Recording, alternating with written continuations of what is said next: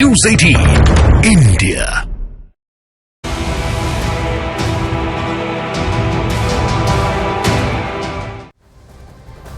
बड़ी खबर, Pune drug case में महाराष्ट्र पुलिस को एक बड़ी कामयाबी मिली है। पुलिस को तस्करी के लिए इस्तेमाल किए गए कई सीक्रेट कोड्स का पता चला है, जिन्हें पुणे पुलिस ने डिकोड कर लिया है। महाराष्ट्र पुलिस के मुताबिक ड्रग तस्करों ने लंबा बाल, मुंबई का बंदर, रेडी टू ईट जैसे कोड वर्ड्स का इस्तेमाल किया।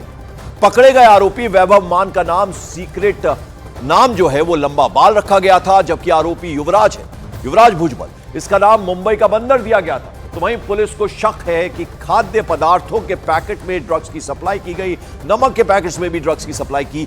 इसे ready to eat code word का इसे नाम दिया गया। इसी तरह के कई और सीक्रेट कोड्स को भी पुलिस डिकोड करने में जुटी हुई है। तो आप अंदाजा लगाइए, इतना बड़ा ड्रग रैकेट जिसका महाराष्ट्र की पुणे पुलिस ने भंडाफोड़ किया और उसका पता लगाया। अब उसमें सीक्रेट कोड्स मिले, अलग अलग नाम, यानी लंबे बाल, बंदर और साथ ही साथ रेडी टू ईट, इस तरह के नाम दिए गए थे। और इसी पुणे ड्रग्स केस में तस्करी से जुड़े लोगों को फर्जी नाम और सीक्रेट कोड दिए गए थे। लंबा बाल, यह नाम वैभव माने नाम के एक ड्रग तस्कर को दिया गया था।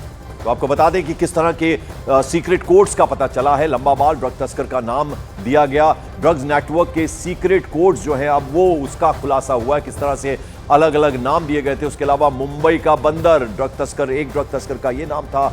और रेडी टू ईट यानी खाद्य पदार्थ के पैकेट, जिनमें नमक के पैकेट्स में भी ड्रग्स रखे गए थे, उनके किस तरह से सीक्रेट कोड रखे गए थे। इसके अलावा कुछ और सीक्रेट कोड्स भी हो सकते हैं, जिसका भी खुलासा पुलिस कर सकती है। अब उसकी तलाश में भी लगी हुई, उसका भी सुराग जुटाने में लगी हुई है। तो ड्रग्स नेटवर्क किस तरह से काम कर रहा था वो हम आपको बता रहे हैं। इस बीच देश की सबसे बड़ी ड्रग्स जब्ती मामले से जुड़ी एक और बड़ी खबर।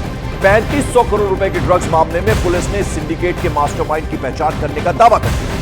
नारकोटिक्स कंट्रोल ब्यूरो और पुलिस के मुताबिक देश भर में ड्रग्स के इस काले कारोबार को संदीप धुनिया नाम का आरोपी चलाता है, जो काठमांडू के रास्ते कुवैत भाग गया। संदीप धुनिया को पकड़ने के लिए पुणे पुलिस इंटरपोल से नोटिस जारी करवाने की अब तैयारी में है।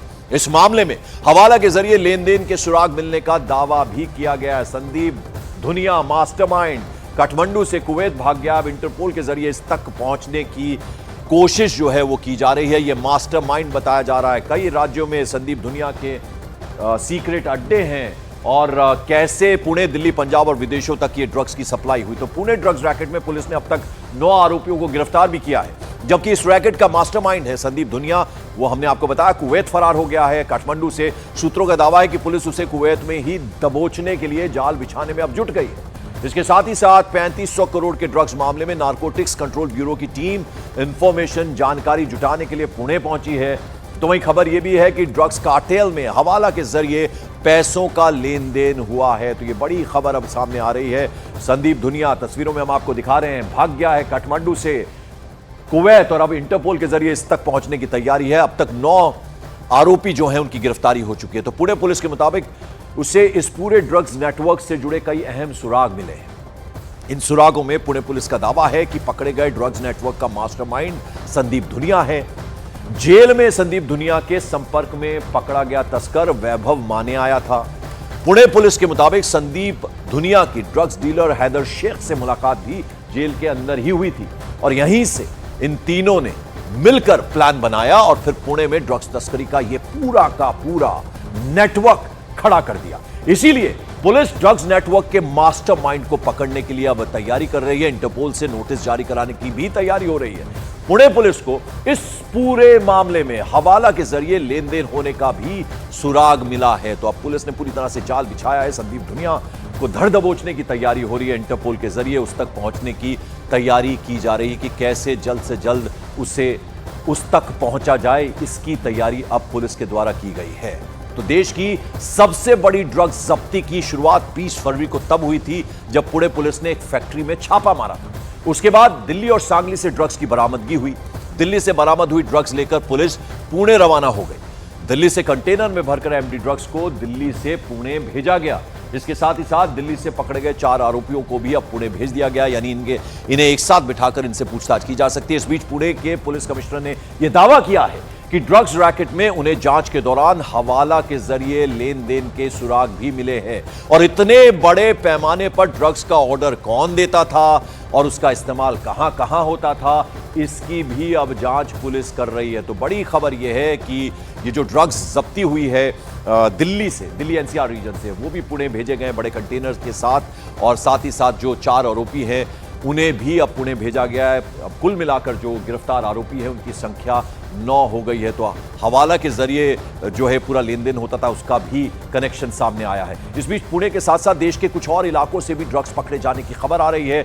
जम्मू कश्मीर के किश्तवाड़ से एक महिला के साथ कुख्यात ड्रग तस्कर को गिरफ्तार किया गया। उसके पास से नकदी और हेरोइन जैसी चीज मिली है। वहीं पंजाब की बात करें, पंजाब का शहर है फिरोजपुर। यहां बीएसएफ ने भारत पाकिस्तान अंतरराष्ट्रीय सीमा के पास से आधा किलो हेरोइन के साथ एक पाकिस्तानी ड्रोन को भी बरामद कर लिया है। ना सिर्फ पुणे, दिल्ली एनसीआर के अलावा महाराष्ट्र के 2 और शहर सांगली भी उसमें इंक्लूडेड है।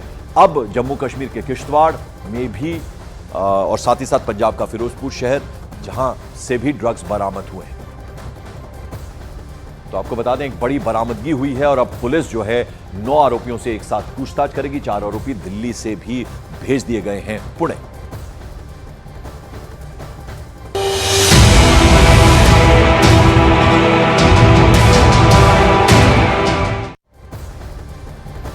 बड़ी खबर आ रही है, गजवाए हिंद पर फतवा देकर दारुल उलूम विवादों में घिर गया है, विवादों में फंस गया। हिंदूवादी संगठन के साथ साथ ही सरकारी संस्थाओं ने भी दारुल उलूम पर एक्शन लेने की मांग कर दी। वीएचपी यानी विश्व हिंदू परिषद के विनोद बंसल ने दारुल उलूम देवबंद पर एफआईआर दर्ज कर इसे फौरन बंद करने की मांग कर दी, यानी ताला लगाने की बात कर दी। उन्होंने दारुल उलूम को आतंकवादियों को पालने वाली संस्था बतला दिया है। यही नहीं, उन्होंने दारुल उलूम पर भारत के खिलाफ साजिश रचने का भी आरोप लगाया है। तो बड़ा आरोप लगाया है वीएचपी ने, विनोद बंसल ने, उसके अलावा बजरंग दल ने भी आरोप लगाया। आतंकवाद की जननी बता दिया है दारुल उलूम को। कहा गया है कि एफआईआर दर्ज हो और मदरसे सील कर दिया जाए, ताला लगा दिया जाए। भारत विरोधी साजिश रची जा रही है। और जो फतवा जारी किया गया है उसके ऊपर अब बजरंग दल जो है उसका यह कहना है कि सख्त कार्रवाई होनी चाहिए। उन्माद की विचारधारा को बढ़ावा देने की बात करते हैं तो फौरन ताला लग जाना चाहिए दारुल उलूम। इस पर अविलंब कार्रवाई जरूरी है, नहीं तो ये विश्वमन करने वाले सांप जाने कितनों को निगल जाएंगे। जिसको इस्लाम के अनुसार से लेजिटिमेट कर रहे हैं वही भारत के कानून के हिसाब से देशद्रोह है। इसकी परिभाषा को इनको समझना पड़ेगा, समझाना पड़ेगा और उनकी भाषा पर भी नियंत्रण करना पड़ेगा। इस तरह के अनेक फतवे इन्होंने पास्ट में भी जारी किए हैं। ये आतंक की जननी इस संस्था के ऊपर प्रतिबंध अविलंब जरूरी है। न केवल हिंदुस्तान को बल्कि पूरे दुनिया को ये लोग और ये जो है इस्लामीकरण करना चाहते हैं। इनके आतंकवादियों तो संपर्क संबंध पहले भी मिले हैं, कई बार जांच में एक खुलासा हो चुका है। और इस प्रकार का जो ये एक पत्र और बाल संरक्षण आयोग की ओर से ये जारी किया गया है एफआईआर दर्ज करने के लिए, तुरंत दारुल उलूम के लोगों के खिलाफ एफआईआर दर्ज होनी चाहिए।